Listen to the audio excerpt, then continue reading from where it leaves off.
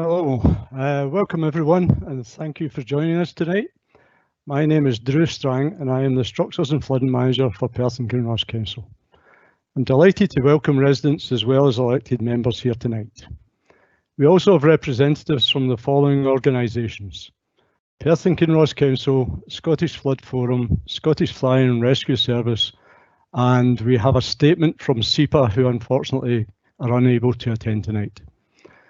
So we're here tonight to talk about the significant storm and the flooding events of the 11th and 12th of August, which impacted on many areas in Scotland, specifically in Perth and Kinross, where we experienced multiple instances of flooding throughout the area. This resulted from approximately a month of rainfall occurring within that 24-hour period, and half of that over one particular hour from about 1 in the morning. We'll hear more about that later. So we're here to learn about what happened and why, and what we can do together to minimise the impact of any future flooding event. As I said, the storm was significant, although saying that doesn't help those that were affected. There is a recognition of the suffering and long-term process of recovery from flooding by all involved. We are living in difficult and challenging times, and this is reflected in the way that we are carrying out this meeting.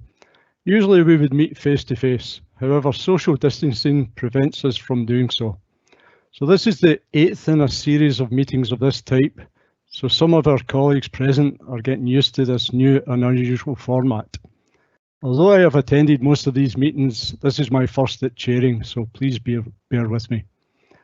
My job is to guide those of us that haven't been involved through this novel style of meeting. So I'm not planning to introduce everyone on the call, as that would take up a substantial part of your evening. However, I will ask that everyone who comes forward to present or answer a comment or question introduces themselves at the start of their response. So we'll start with a short presentation, followed by a discussion in relation to any comments or questions you want to raise, either because your point wasn't covered in the presentation or because you want to follow up on anything in the presentation. One difference to a normal meeting is that we would ask you to put these questions or comments in the comments box at the side of the Teams window you're in, just whenever you want. I'll ask my technical colleagues now to give you some advice on how to do this. It's the box to the right of your toolbar with a question mark on it. Yeah, if you're looking to put any questions tonight, you should notice there's a box with a small sort of question mark on it. If you type onto this box, you'll be able to put any questions to the panel, and hopefully we'll get through and answer all your questions tonight. Thank you. Thank you. Please don't feel the need to wait until the end of the presentation to start putting in any comments or questions, as we'll store them up and discuss them in the questions section at the end of the presentation. This meeting is also being recorded, so as chair of the meeting, I will raise each of the questions in turn and invite a colleague to provide a response, or just to read out the one that they've actually put in the box. Your questions will be logged, and both the Q&As and the video will be shared for the benefit of those who can't join us. We will also offer callers a chance for further one-to-one meetings if they wish after this. Just please refer to an online form. There's contact details at the end of the presentation. But first we'll have the presentation. I'll hand you over to my colleague Peter Dixon to take you through this. Thank you. Okay, thanks Drew. And that's the right slide, guys, thank you. So got a sort of 20-minute presentation, folks, that we'll run through. It's really just 2 slides. The first one, we're just going to talk about give an overview of the storm that happened on the 11th and 12th of August and the operational response of the public authorities to that. And the next slide, when we come to it, we'll be talking a bit more about recovery efforts and sort of future actions following on from the flooding, and then questions at the end. So I'm Peter Dixon, I'm a senior engineer with the Council's flooding team. I'm just going to talk a little bit about the first item, which was the storm that happened on the 11th and 12th of August. So during that night, much of Scotland was affected by significant thunderstorms and heavy rainfall. The entire Perth and Kinross Council area suffered extensive rainfall, thunder and lightning for 6 hours from around 11 PM on the 11th of August. Now the flooding is understood to have affected approximately 200 properties in some parts of Perth, as well as Alyth, Kinross, Dunning, Pitlochry and other communities. In Perth, the Met Office has confirmed that the majority of the rain came between midnight and 3 AM, with 43.4 millimetres falling between 1 and 2 AM.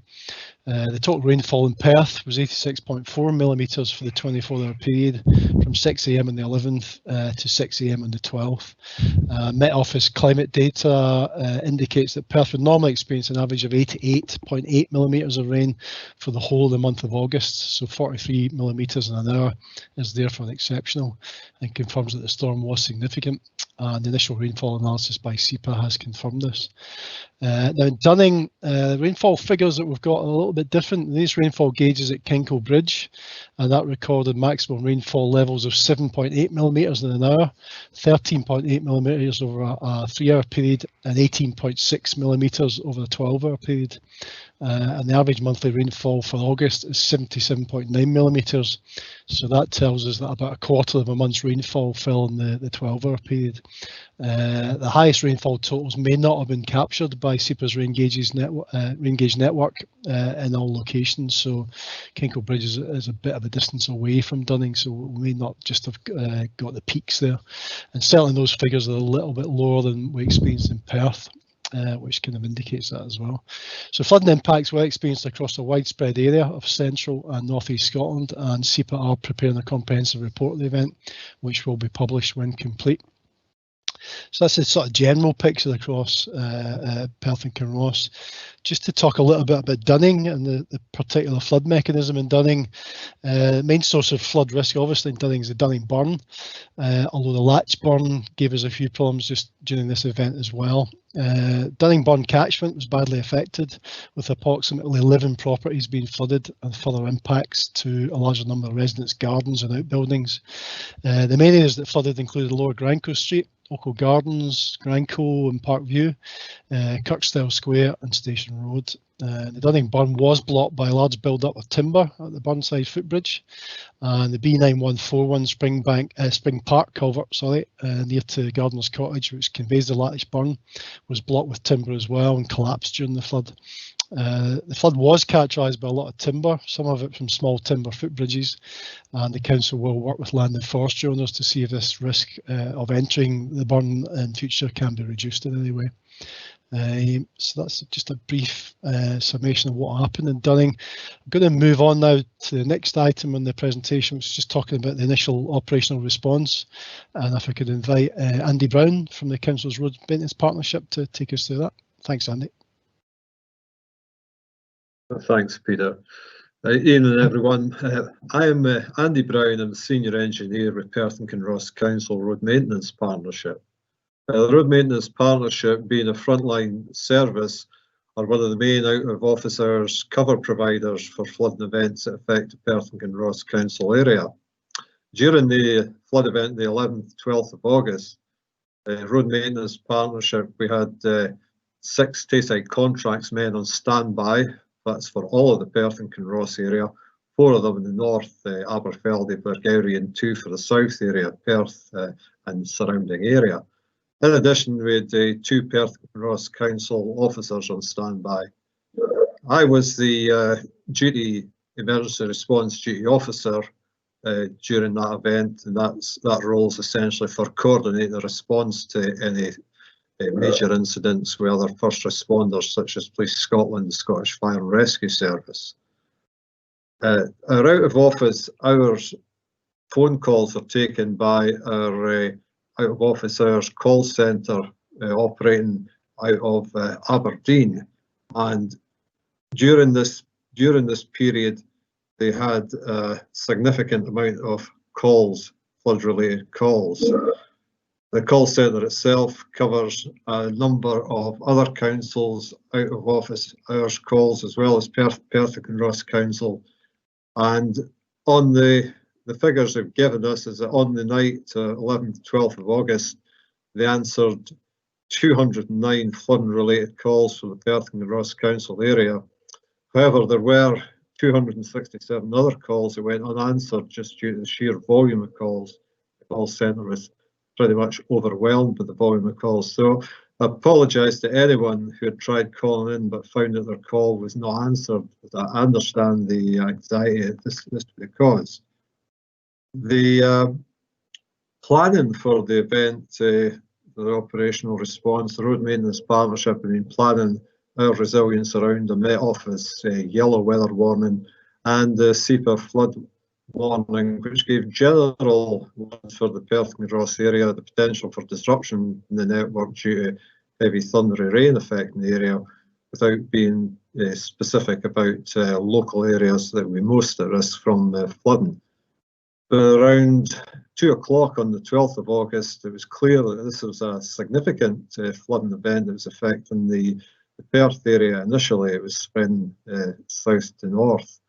So we called out another 3 Road Maintenance Partnership officers to assist, and Tayside Contracts standby for the men were in the Perth area. That's where the majority of the properties were that were being affected by the flooding businesses and properties. The liaison between Perth and Kinross Council, Road Maintenance Partnership, Police Scotland and Scottish Fire and Rescue is maintained during the event in order to prioritise where the resources should be deployed. However, it was an extremely challenging situation for all concerned due to the length and the intensity of the rainfall event. The Road Maintenance Partnership response was initially concentrated in the Perth urban area overnight, as I said earlier, due to the number of properties and businesses that were flooded, and they then spread out into other communities during the morning of the 12th of August. Resources were initially used to close roads that were affected by flooding, supply sandbags to properties, and to clear floodborne debris from public roads, and thereafter to assess the damage to the roads network and prioritise our resources in response to that. In regards to Dunning, although there were no specific road closures put in place, there were local areas, the roads requiring to be made safe due to flood-related damage to them, and requests for sandbags to be responded to as well. As I already heard that roundabout in Dunning itself, the Granco and Kirkstyle Square and other areas were affected by the floodwater and debris from the Dunning burn. In addition to that, the B934 rural road Dunning Glen, that suffered further erosion damage due to just exacerbated the damage that was caused by the event back in February. So in the days following the 12th of August flood event, the Road Maintenance Partnership team worked with our flooding team colleagues and our operations colleagues to prioritise the clean-up and repair work in the Dunning area. That pretty much covers it for the Road Maintenance Partnership, Peter, so I'll hand back to you. Okay, thanks, Andy.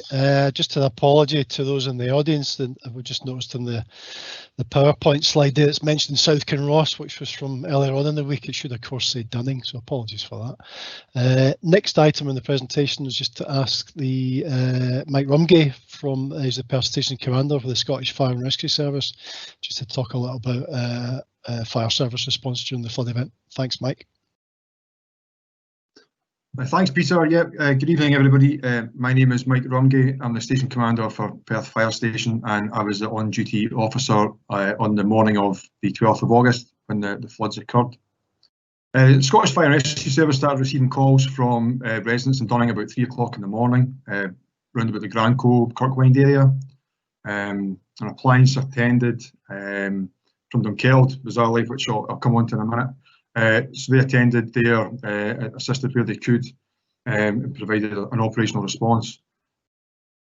Around about the same time, there was a large farm fire along at Rossiebank Farm, which tied up quite a lot of resources in the Dunning area at that point. To give you a bit of sort of background as to what the fire service involvement was on that evening, as the storm had come up from sort of Fife area, Fife was obviously hit first. So a lot of resources locally were tied in, getting pulled down to Fife to assist with them. As the storm made its way up through Perth and Kinross, obviously we started getting a higher volume of calls coming in for assistance locally. Received 700 calls for assistance in that period of time, and 2,000 calls nationally. So the control room were having to make that decision and prioritise calls that were a life risk initially. So with that in mind, Dunkeld were standing by at Perth at the time when the calls started coming in, so they were dispatched out to assist with the properties out there. We've seen multiple calls, predominantly in that sort of Granco, Kirkwynd, Local Gardens area. I myself was sent out to the Grand Eagles caravan site just between Aberystwyth and Auchterarder, saw how severe the flooding was around there. And then even trying to get back to Perth, the surrounding area at Mulhaw, just along there, severely flooded along from Maggie Walls' monument, even coming along into Dunning towards the golf course. And then exiting Dunning, even at Fortivia, the road flooding there was particularly bad. It was a really challenging night for the fire service, and we hope that we were able to help everybody that requested assistance. If there's anybody on the call tonight that didn't receive any assistance from us, if you could please let us know, and I can try and answer any questions you might have tonight. And that's all from me just now, thanks. Thanks, Mike. So the last item on this slide that we're going to cover was Police Scotland response. Now, Stuart Watson from Police Scotland has normally been on our calls, but he can't make it tonight. So if anyone's got any questions that they want to put to Police Scotland, if you just pop them in the chat box and we can forward them on and get a response back to you after the event. I'm quite happy to do that. So can I ask for the next slide, please? There we go. Thanks very much. So second half of our presentation is just to talk a little bit about flood recovery and future actions. And I'll just hand over to Carol Rayburn in the Scottish Flood Forum to deal with the first item. Thanks, Dan. Good evening, everyone. My name is Carol Rayburn and I'm Director of the Scottish Flood Forum. Flood Forum is a charity funded by the Scottish Government to support communities and individuals that have been impacted by flooding. When the storms hit on the 12th of August, Perth and Kinross Council got in contact with us and they asked if we would offer support to residents across the council area. In addition to that, we're also supporting residents in Fife and up in Aberdeenshire who were equally hit. So we are a small team, and I know that I may have seen some of you when I was in Dunning on the 25th of August with our mobile recovery van offering advice and assistance. So what can we do to support you? So there's kind of two strands to what we can offer. The first is advice about insurance, so supporting you with any claim, advice on interactions with loss adjusters and the future insurance of your property going forward. I think it's fair to say that at the moment, because of COVID-19, we're seeing insurance companies respond in quite different ways to what we would normally expect, and that is also having an impact on things like loss adjusters coming out to view your properties and the reinstatement works starting. And I know from talking to you, some of you in Lower Granco Street, that you're finding that the loss adjusters have only recently been out to visit you. So that's the insurance side of the work that we do. The second part of that is to support you with property level protection assessments. So we offer a free service where one of our team will come out and visit your property and make recommendations as to what measures would be useful to you to help minimise the damage of flooding and offer some protection in future flood events. The other tie-in to that is to work with the community to form a local resilience group that would mobilise in the event of a flood situation and kind of work together to man the area as flood wardens, maybe help with laying out of sandbags and working with the council to come together and offer support to the community in the event of flooding. So that's some of the ways that the Scottish Flood Forum can help you. I know that one of my colleagues, Paul Laidlaw, has been in the neighbourhood, so if you have still to see us, apologies. We've got quite a few requests for those property level assessments, so be patient with us and we'll get out to you as soon as we can. Thanks a lot, Carol. Now just move on a little bit to the next item. We're just Carol's kind of briefly alluded already to community resilience work. And I suppose the advice we would give to residents is to try and make themselves a bit more resilient to flooding, and to try and to reduce the risk of flooding to your property if you can. So that can include things like maintaining your own supply of sandbags in the area, and there are flood products available that you can fit to your property, such as air brick covers, door guards and the like. Non-return valves for drains are another good example as well. And as Carol's just been saying, Scottish Flood Forum can provide advice on that, and the council can help you with that as well. Equally, if the community wants to start up a community flood resilience group, then that will be supported by the council. We've got a contact, an officer in the council called Keith Colville, who can help provide advice on that, help you with an emergency plan, a resilience plan to get that set up. And the good thing about setting these groups up is they can often find that they get access to sources of funding that are available for things like sandbag stores and flood products, pumps and the like, which can really help the community in times of flood. So that's all I'm going to say about that just now. The next item we're going to talk about was just an update from SEPA. Now, Karen Bloodworth has normally been on the calls with us throughout this, but she couldn't make it this week, so I've got a brief statement to read from SEPA. And it basically says that the Scottish Flood Forecasting Service is provided in partnership by SEPA and the Met Office. The service produces a daily national flood guidance statement, which is issued to Category 1 and 2 agencies, including local authorities and emergency responders. And this provides an assessment of the risk of flooding for the next 5 days. Now, the Scottish Flood Forecasting Service also supports SEPA's Floodline service, which provides live flooding information and advice on how to prepare or cope with the impacts of flooding 24 hours a day, 7 days a week. For those registered with Floodline, they can receive flood messages for an area of interest direct to their phone. Now, for the recent flood event on the 11th and 12th of August, SEPA issued a flood alert for Tayside on the 10th of August, highlighting the risk of heavy, thundery showers, which may have resulted in flooding impacts from surface water and small water courses. The flood alert was updated over the following days and further information was available. Now, due to the difficulty in forecasting summer intense thunderstorms, in terms of location and timings, SEPA are unable to provide specific location information where the impacts may occur, and therefore the risk of flooding impacts from these storms is highlighted across a larger regional area. SEPA have made a commitment to explore and trial available approaches to surface water flood forecasting and hope to make developments in this over the coming years. So if you'd like any more information on Floodline, please visit the website, SEPA's website, www.floodlinescotland.org.uk, or you can contact SEPA via their website at www.sepa.org.uk/contact.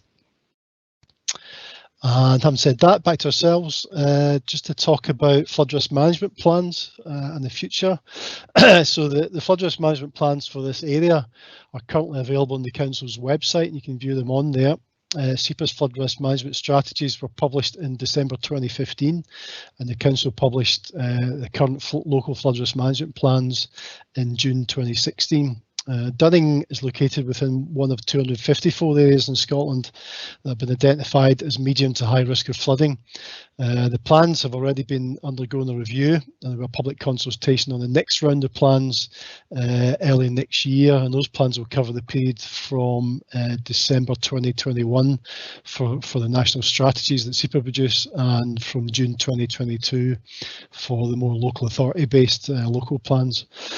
Now, under the second National Flood Risk Assessment, which SEPA carried out a couple of years ago, Dunning's not going to remain within its current potentially vulnerable area.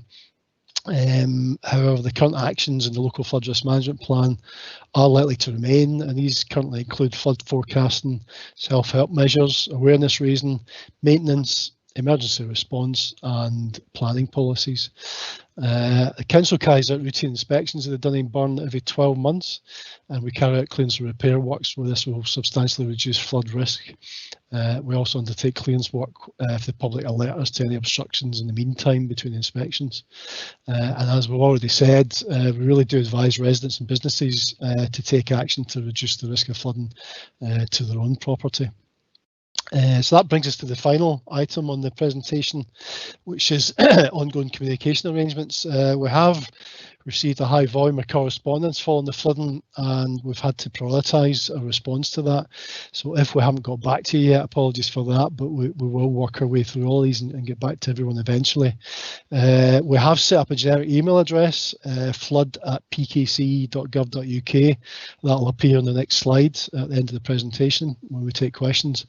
We've also got a specific flooding webpage for the August 2020 flooding, and all the information that we put out is available on there. So we have put out community bulletins, etc., and you can find them on there. There's a general flood bulletin for the whole of the council's area, and a series of frequently asked questions in there as well if you're looking for more advice and information.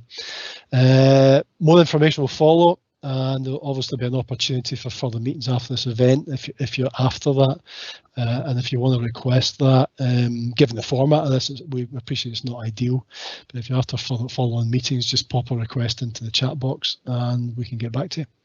So having said all that, I'll now pass back to Drew Strang just to wrap up. Thanks, Drew. Okay, thanks, Peter. At this stage, we now move on to the questions. I see there's not a lot of questions in there at the moment, so I'll give you another few minutes to pop in anything that comes to mind, and we'll try and address any queries.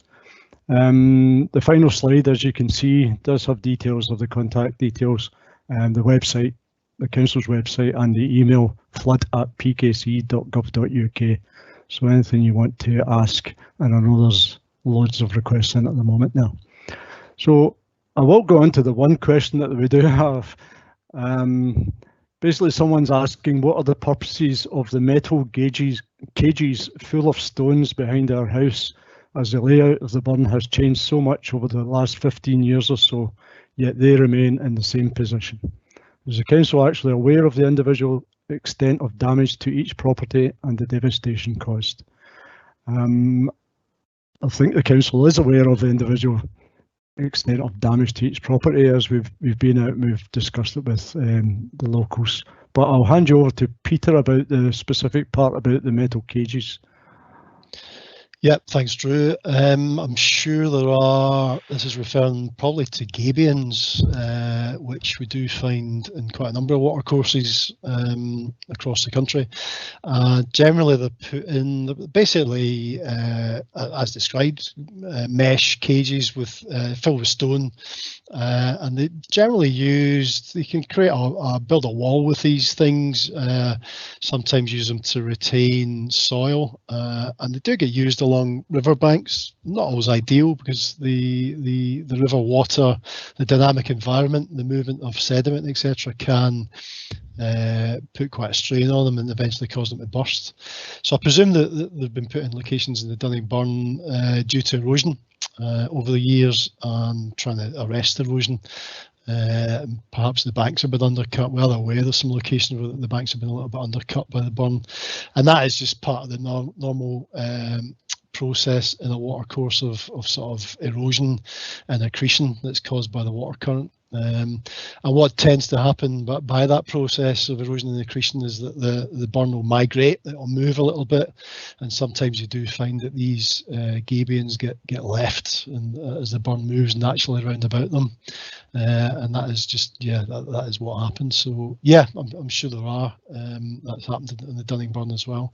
It's quite a lively watercourse, and as Drew said, in terms of the actual extent of individual damages, I mean, we haven't entered everyone's houses and taken detailed records, but we have had officers out speaking to residents just to get an idea of the issues that have been caused during the flooding, and we've got a much better handle now of where properties were flooded internally and what the general impacts have been across the council's area. I think, as Carol said earlier on, if you've had damage, internal damage to the property, your first point of contact, I suppose, would be an insurer to try and get that dealt with. That's probably all I need to say about that just now. Well, thanks very much, Peter. Moving on then, we've got a comment from one of the residents. As residents, we are obviously still in the recovery stage. However, we have raised queries about the initial removal of silt and debris repairs to the road in front of our house following the flood. This road provides access to properties at the Granco and was previously maintained by the council. PKC have advised that this is in the ownership of the properties of the Granco, which it is not and never has been. That's a comment as per the deeds, etc. sent through. I wonder, Andy, could you take that one?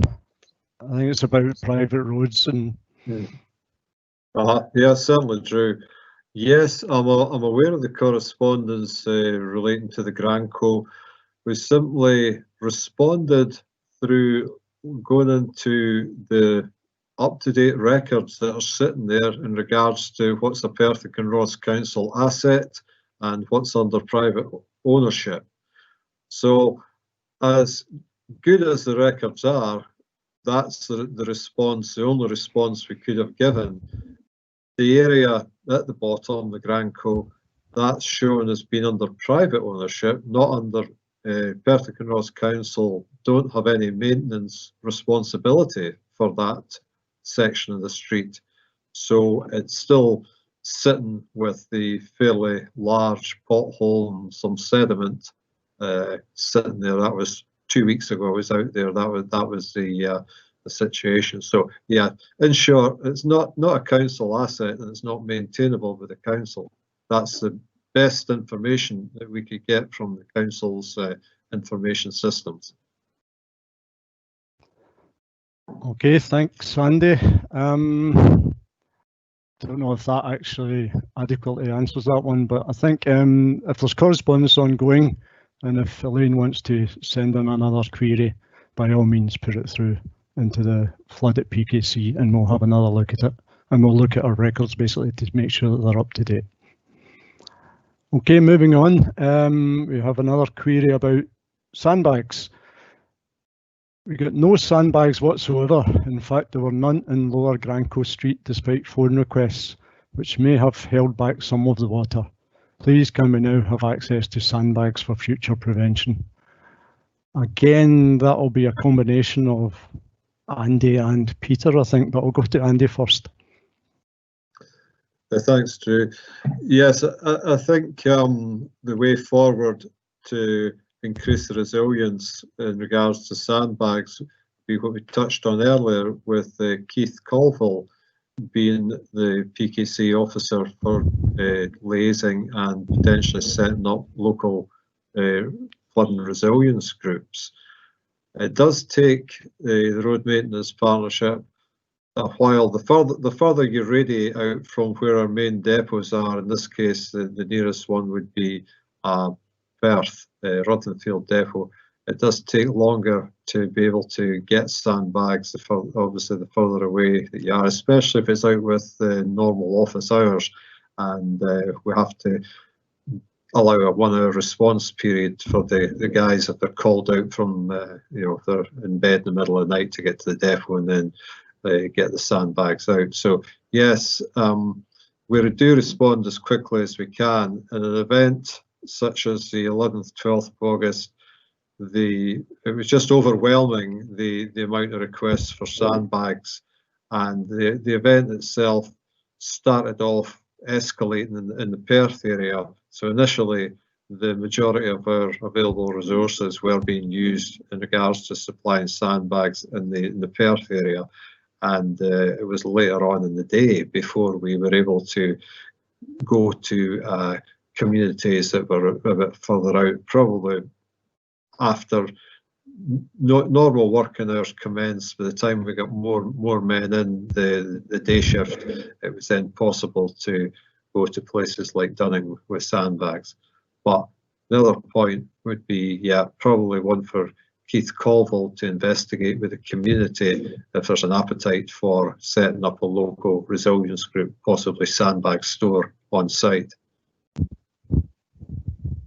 Okay, thank you, Andy. Do you have anything to add, Peter? Are you quite happy with that? No, I think that, as Andy's saying, it's difficult when the council's trying to respond to flooding across quite a wide area. As happened in 12th of August, hundreds of properties at risk, and it's inundated with requests for sandbags. It's very difficult to get them all out to residents, in advance of flooding when it's happening like that. And the event did come on quite suddenly. So, I suppose the advice to residents is to try and make yourself more resilient, rather than relying on an external supply from the council during a flood event. Try and plan ahead. If you're in a flood risk area, get yourself a supply of sandbags. Do it soon, do it now, and then you can have them there ready for you. Sandbags aren't always the best means of protecting your property. They're heavy. They've got a sort of limited shelf life. They can degrade and fall apart. That's why we do now advocate. You can get other forms of synthetic sandbags now, which are lighter. The industry term is flood sacks, I think they're called, and these are activated by in water. You make them wet and they expand, and they're much lighter and easier to deploy. So there are alternatives. And then the flood products we've mentioned, the air brick covers, door guards, that kind of thing are better again. They can provide a better degree of protection for your property. Some of the air brick covers are automatic. You can just fit them and almost forget about them, and they'll work during a flood without you really having to do much. Door guards obviously need to be fitted in advance, but there are various ways of doing it and different products out there. So, and that again is something that can really be supported through a community resilience type arrangement. And Keith Colville and the council can advise you on that, as well as the Scottish Flood Forum as well. Very good and provide the free property surveys for helping out with those products. Thank you, Peter. Add, Drew, that yes. I appreciate that we have tried to get out to do those property level protection assessments, but for many of the residents at the moment, you're still in that process of recovery, and it wasn't the right time for you. So as soon as you're ready, please get in contact with us and we can set up those assessments for you as soon as possible. Okay, thank you, Carol. We'll move on to the next question, and it's about the retaining wall that runs the length of the Kirkwynd. Has it been assessed, including areas that have been undermined? Have you any knowledge of this at all, Peter, as your staff who walk the length of the river noted anything? Yeah, it's been mentioned we do have areas of undercutting and undermining on the riverbanks that have been picked up during some of the sort of post-flood inspections that we've done. Well, in terms of assessment, we've not done any sort of calculations on Kirkwynd Wall. It's more just been visual inspections that have been done, and it's still kind of on the to-do list to have a bit of a further look at that. I don't think we think at the moment that there's any erosion that's going on that will increase flood risk necessarily. Whether there's sort of structural issues there, probably not at the moment, but we'll keep an eye on the burn, and certainly given the comment there, we could probably go out and do some further inspections and just continue to monitor things. So hopefully that'll provide people with a bit of reassurance. Okay, thank you, Peter.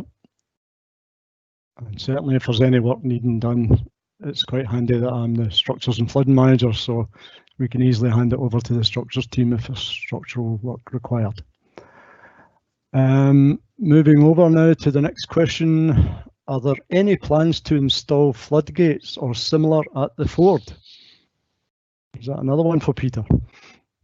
Yeah, thanks, Drew. No, there's not, in short. The other way, the ford area, we have done a bit of sediment management work in that vicinity in the past, but no plans at this stage to put up any form of flood defences. In the council's local flood risk management plan, we don't have any proposals for flood defences for Dunning.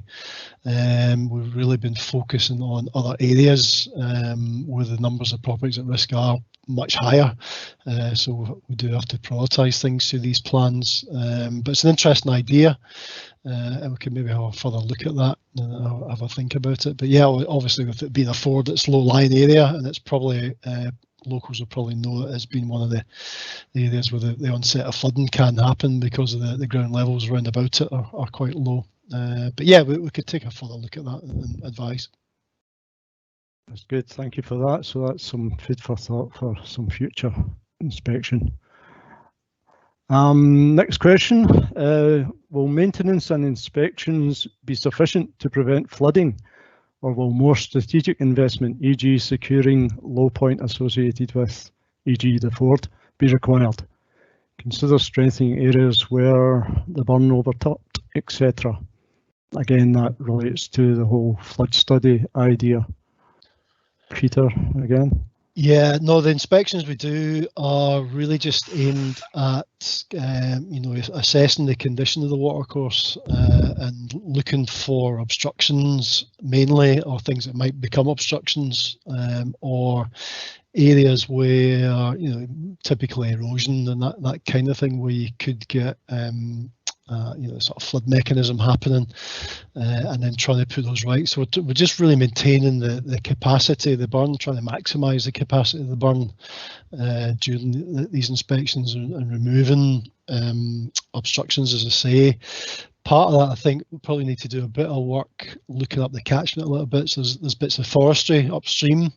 We'll probably have to try and speak to landowners up there and look at how sort of land management practices, trying to keep timber out of the watercourse as much as we can, because certainly the Burnside footbridge was heavily blocked up by timber, so we're just interested how that got there and how we can try and minimise that risk in the future. So that's really what the maintenance work and inspection is about, is trying to just keep the watercourse flowing as good as it can. The most watercourses only really contain a flood of, maybe the annual flood or the 2, 3, 5 year flood. They won't contain a big flood such as we saw on the 12th of August. Somebody's quite right in saying that to provide a sort of higher standard of protection within the watercourse, you do need to start building flood defences, and that's where I have to come back to the kind of point I made earlier, that the council is quite active in building flood defences in other areas, but we do have to prioritise our resources and investment in these areas, and that's why we're looking at places like Comrie, for instance, where we've got nigh on 200 properties at risk of flooding there. That's unfortunately where the investment in flood defences has to go. You can often, if you have a sort of low point on the bank of a burn, you might be able to consider building localised flood defences there, but we have to build these to a reasonable standard, otherwise we find that the burn will just, in a high enough flood, just simply go over the top of a localised defence or go around it, and that can even cause an increase in flood risk further upstream and downstream. So we have to do things that are a little bit more holistic, rather than just dealing with individual specific locations, to try and protect, an area or a number of properties rather than just one specific problem. So it's probably a bit trying to be a wee bit more joined up than that. But obviously, if there's specific areas of erosion and the ground levels behind that are lowering, and the bank of the burns therefore lowering, that's going to give us an earlier onset of flooding. So that's the kind of things we would do under the repair duty that we've got. Okay, thank you very much, Peter. Moving on, a comment for the fire service. The person called on the night, asked for sandbags or assistance, and was informed someone would attend, but no one ever turned up. Mike, can you make any comment on that one? I don't know if you'll know any detail of that. Yeah, Drew, all I can really say is that the control room were dealing with a high volume of calls at that time, and maybe when they said that they could send an appliance out, volume of calls coming in afterwards and the life risk that was coming in, Control were having to make that decision who to send into what places. Obviously, the fire at Rossiebank Farm drew in seven appliances, so potentially an appliance that was earmarked to go to yourself was redirected to that incident at that time. I can only apologise if you didn't receive the assistance you were looking for. As for sandbags, fire service don't actually carry any sort of sandbags on the appliances that would need to request would need to go through to the council. But I do know that we did request in certain areas sandbags for occupiers, but I wouldn't be able to sit in a position to say whether that was the case for yourselves. So, maybe not the answer you're looking for, but unfortunately, Control were having to make that sort of judgment call at the time as to who to send where, and can only apologise that we never got around to getting around to yourselves, unfortunately. Okay, thanks, Mike. I think the point made there is that if it was sandbags in particular you were looking for and you didn't have any to hand, the first point should really be the council's emergency response team. And again, in an instance that happened, back in August, they're running all directions as well, so you might not have got it in time from them as well. So it does go back to self-resilience that Peter mentioned earlier on, but we can only apologise. There's a limited amount of resource. Okay, moving on now, we've got a question about the ownership of Granco and how will it be ascertained. I think this is really down to the Adopted Road Network. Andy? Yeah, Drew, I think any inquiry should be made through our Property and Estates team. As I touched on my previous response, when ourselves at Roads or our colleagues at Planning are responding, we can only take the information that sits there within the information systems that the council has when we're replying to inquiries. Of course, that's what we've done. If that turns out to be incorrect for any reason, then I can only apologise in advance of that. But it sounds like it's one that the actual findings would have to be, the final outcome would have to be looked into through the Perth Cross Council Estates team. So if the resident who is concerned about that would care to write directly to the Estates team, let them have as much information as possible. I'm sure they would be able to get a resolution to it. Okay, thanks, Andy. And can I add, I mean, if the resident doesn't have the details of that, by all means, just pop it into our flooding one and we can pass it on. But yes, according to our records at the moment, yeah, our understanding is what Andy says, that it's a private road, but we can always check that. So we'll do that. Okay, comment with regard to the statement focusing on areas where flood risks higher. Is this with respect to property affected or frequency it's likely to spill? If the latter, what is the current flood assessment risk for Dunning Burn?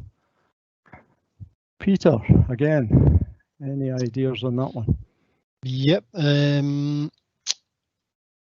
Yes, so the areas where flood risk is higher, it's both really. So council's worked a lot with SEPA to look at both the sort of impacts of flooding and the frequency of flooding. So both of those are really taken into account in the National Flood Risk Assessment and also the more sort of detailed appraisal work that SEPA do to arrive at the final flood risk management plans. So the SEPA have got quite detailed flood maps now right across Scotland, and they are getting improved all the time. They're also informed by local authority and Scottish water flood studies that get done. So they get updated quite frequently, and SEPA try and update their flood maps on an annual basis. So we've got a fairly good idea of what property is at risk, and also look at a number of frequencies. The flood maps that you see online are sort of low, medium and high risk. They look at a 10-year flood, a 200-year flood and a 1 in 1,000-year flood. So that is all factored into that assessment. In terms of the current flood assessment for the Dunning-Burn, it's difficult to say because we don't have any flood studies. There isn't any modelling work that's been done, but you can go on. I think we circulated some details of this just recently. You can go onto SEPA's website and have a look at the flood maps on there. And I think all three scenarios I just mentioned, the 10-year, the 200-year and the 1,000-year, all show flooding in certain areas of Dunning. So you know, that gives you an indication that as I said, the burn won't contain a big flood. It'll only really contain a fairly small sort of annual flood, and when you begin to get a bit more than that, you start to get water bursting the banks, etc. Now that might not always have an impact. You know, water courses have to connect with the floodplains, etc. The problem is we get enough water building up, obviously, as we've seen. And that's when you begin to get properties, etc. affected. So we don't have the detail on that because we don't have a hydraulic model, we don't have a flood study. We're really just relying on the sort of national flood mapping for the time being. I'm happy I can recirculate the information that we put out recently. If the resident wants to see that, we're quite happy to share that again. Okay, thanks very much, Peter. Next one is when considering investment in defences, can you advise if this is simply prioritised on the number of properties that may be affected or on a cost-benefit basis? I'm afraid that's back to you, Peter. That's okay. So flood defences, there's 42 flood protection schemes have been approved across Scotland in the first round of flood risk management plans, and they were prioritised on the basis of the sort of cost benefit that goes with them. So the highest cost benefit ratio was at the top of the table. Now what the Scottish Government did was they committed to funding all of those, everything that was on the table at that time. So the priority doesn't really matter that much. All those schemes are getting grant assistance, capital grant assistance from the government, and local authorities put in 20% of the funding for them as well. So, you know, it's not just about the number of properties. Those schemes were sort of assessed based on previous flooding, etc. All the local authorities put those forward, and they had done cost benefit analysis on those, which take into account the economic impact of flooding, the numbers of properties affected, etc. Now that system's changing. For the next round of flood risk management plans, SEPA's sort of prioritisation system will take cost benefit into account, but other things as well. Wider aspects such as environmental impacts, whether a scheme includes natural measures, natural flood management measures, you can attract a bit of a score. So the flooding grant won't necessarily go to the biggest schemes in the big cities and the big urban areas. That might not go to them initially. They might be down the list a little bit, and the balance will shift a little bit due to a sort of wider, more holistic range of factors.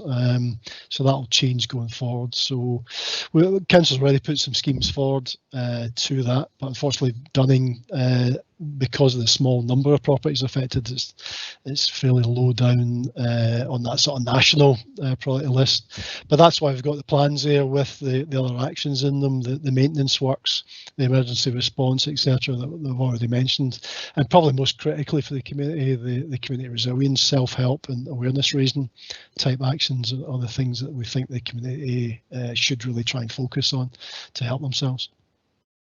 Okay, thank you, Peter. And we've got a comment here about, there's a previous comment about the extents of the damage to property. This person says, we very much welcome the opportunity to speak to someone from the council and show them the devastation, as I've spoken to no representative to date. This is why I wonder if they actually know the extent of the damage for their statistics. And as family, we've had to move out now to alternative accommodation and don't know if we'll get home this year. I'll be happy to arrange this. So for that person, if you could just, as I've said, there's contact details in the last slide there. If you email flood@pkc.gov.uk, council.gov.uk if we haven't already spoken to you, which it appears we haven't. One of the officers will come out and have a talk with yourself and see what any queries that you have. Okay.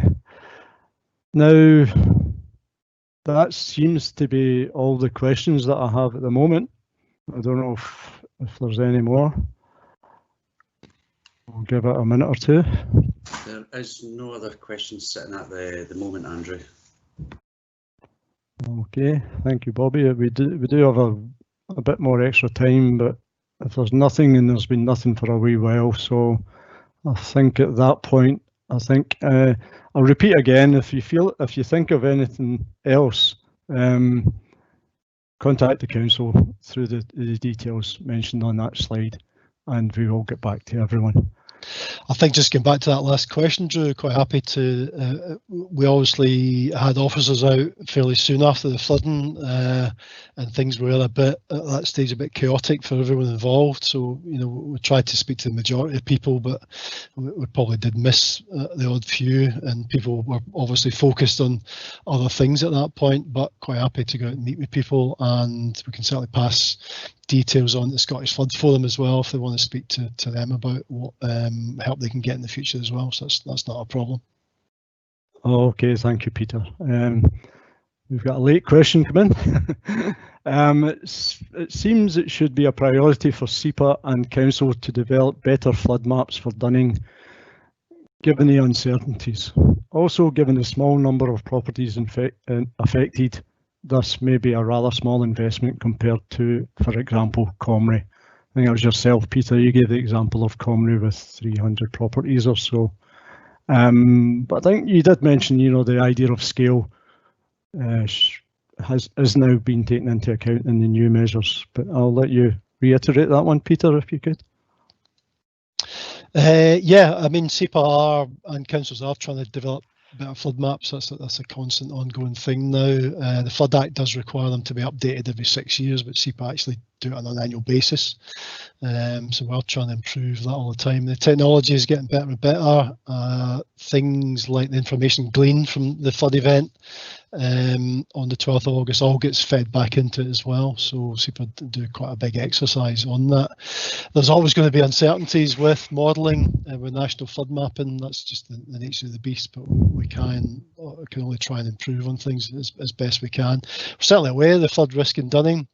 The only way to really get a much better handle on that would be to build a hydraulic model to do a flood study. But again, we've got any number of flood studies that we're doing across Perth and Kinross in other areas. And for the current round of flood risk management plans, we are, pretty sort of working at capacity really. But who knows, that might come at some point in the future. Yeah, there are a small number of properties. And I get the idea that protecting them might only require a small investment. That's probably true. We do have, smaller revenue budgets that we pay for things that the watercourse clearance works out of. We can and do carry out small works here and there sometimes, which can provide some benefit. What we tend to find is building any kind of flood scheme is pricey and expensive and takes a long time due to the sort of necessary statutory approvals and the design time, etc., involved in that, and securing the licenses, etc., for that. So these big engineering exercises are prioritised across the council's area and across Scotland indeed, and you have to really put forward that business case to try and attract the funding for that. But there's maybe things that we can do, and keeping up with the watercourse maintenance work and trying to keep the timber out of the watercourse, I think, is maybe one other thing. There's maybe localised repairs and things that we can look at, and we're happy to walk the burn again and have a further look at that. That's not a problem. But I do feel probably for residents to give them a little bit of peace of mind, the avenue that's going to work quickest for them and deliver quickest for them is looking at property resilience. And that's going to probably give them the quickest route to some peace of mind following on from the flooding. Okay, thank you, Peter.